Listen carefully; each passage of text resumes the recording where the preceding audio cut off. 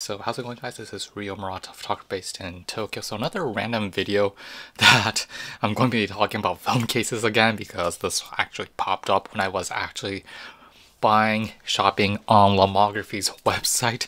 And this is actually Lomography's, I guess, official sort of like film case container that I actually accidentally put in my shopping cart because it kind of stirred my attention and curiosity, and I thought it would be nice to like make a video on it because not many people talk about it. And so this is basically the Lomography's metal film case. Nothing so special in my mind. They were selling this for roughly 1,380 yen, which is roughly $9 to $10 on their website. And because of the shipping thing, I had to like pay more than $100 to get free shipping. I basically added this into my cart.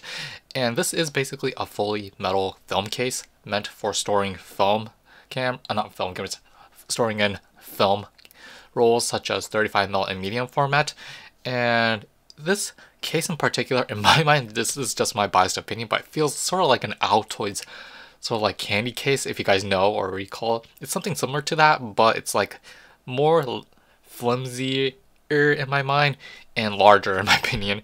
And it's basically made out of fully like aluminum in my mind, and it's sort of like has this sort of like designated sections where you can put your medium format and or your 35mm film canisters in here. And if you look at the box that it comes in, you can, on the outer right side, there's basically an indication of how you can orient your films in here. You can basically put in 4 sort of like medium format films, or you can put it in like 6 35mm film, or you could also stick in like 2 medium format films along with 3 additional like 35mm film, and you can do this sort of like, I guess, layout any way you want. But there's a but. Actually, the internal components of this case is actually removable. However, there's these sort of like separators where you have very thin aluminum pieces of sheet which can bend unintentionally, so you have to be careful. And basically there's these sort of like slits where you put in the sort of like separators together, sort of like a jigsaw puzzle. I had a lot of issues doing it on the first try, and you have to do this within the case. I did it outside the case and tried to put it in, but it actually didn't work because there's basically a slit where you have to slide it in. So there's pros and cons about this case, and the pros is that it's already fixed in a way that you can only put it into that 3 designation of either putting in 4 medium format films, or you can put in that 6 35mm film, or that 2 medium format films, or plus the 3 35mm film stocks. And you can't change that, unfortunately, because the slits is already fixed and you can't like move it sideways, or you can't make additional space.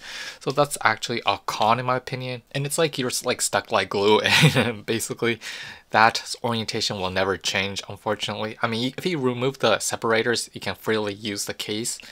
You can only stick in like 4 medium format films, and that doesn't change, unfortunately.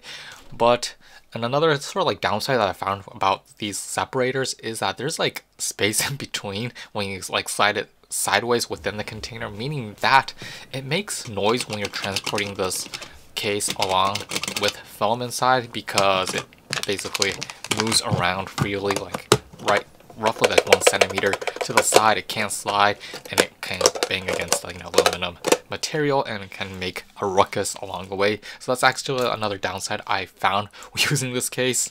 But on the opposite side, you can actually transport your medium format film with the wrapper without opening the wrapper. I mean, you can transport it without the wrapper, but I feel like really unprotected in that sense. So I mean, that's actually good to see actually in my mind. And what also caught my attention is basically the Lomography logo embossed on the surface of the case itself, and it has this sort of like slogan that says "out of film, out of mind." I don't know where they got that from, music lyrics or something like that, but that was actually quite neat to see. Okay, so that's basically sort of like my overview of the metal film case by Lomography, and I thought it would be nice to like mention this on my channel because this is a film enthusiast type of channel, and I thought it would be neat to share something that I picked up from Lomography's website. And I kind of wish that if they were to like make a generation 2 of this product, I would highly suggest them to sort of like make the separators either like stuck into the case itself, or sort of like make it, I don't know, much more flexible and at the same time rigid so that it won't make any sound within the case itself when you're transporting from location to location. But in my case, I'm probably going to be using this in the refrigerator to store up stocks of film that I have, which are lying around in my fridge right now. So similar to my Kodak's film case, I'm using that too. So yeah. And unfortunate to say, this is caution. Because it's made out of aluminum, do not put this in the freezer because you will get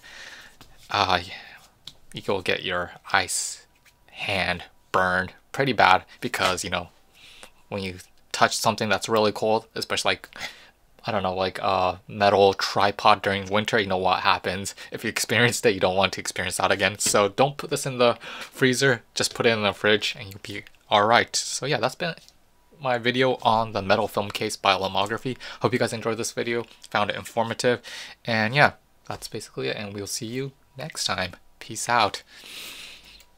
Okay, what's interesting about this is on the side it says in Japanese, I'm gonna say this, 頑丈な金属製ながらも軽量コンパクトなので旅行などの移動に最適です。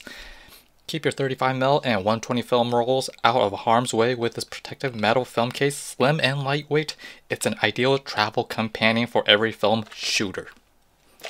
We'll see you next time.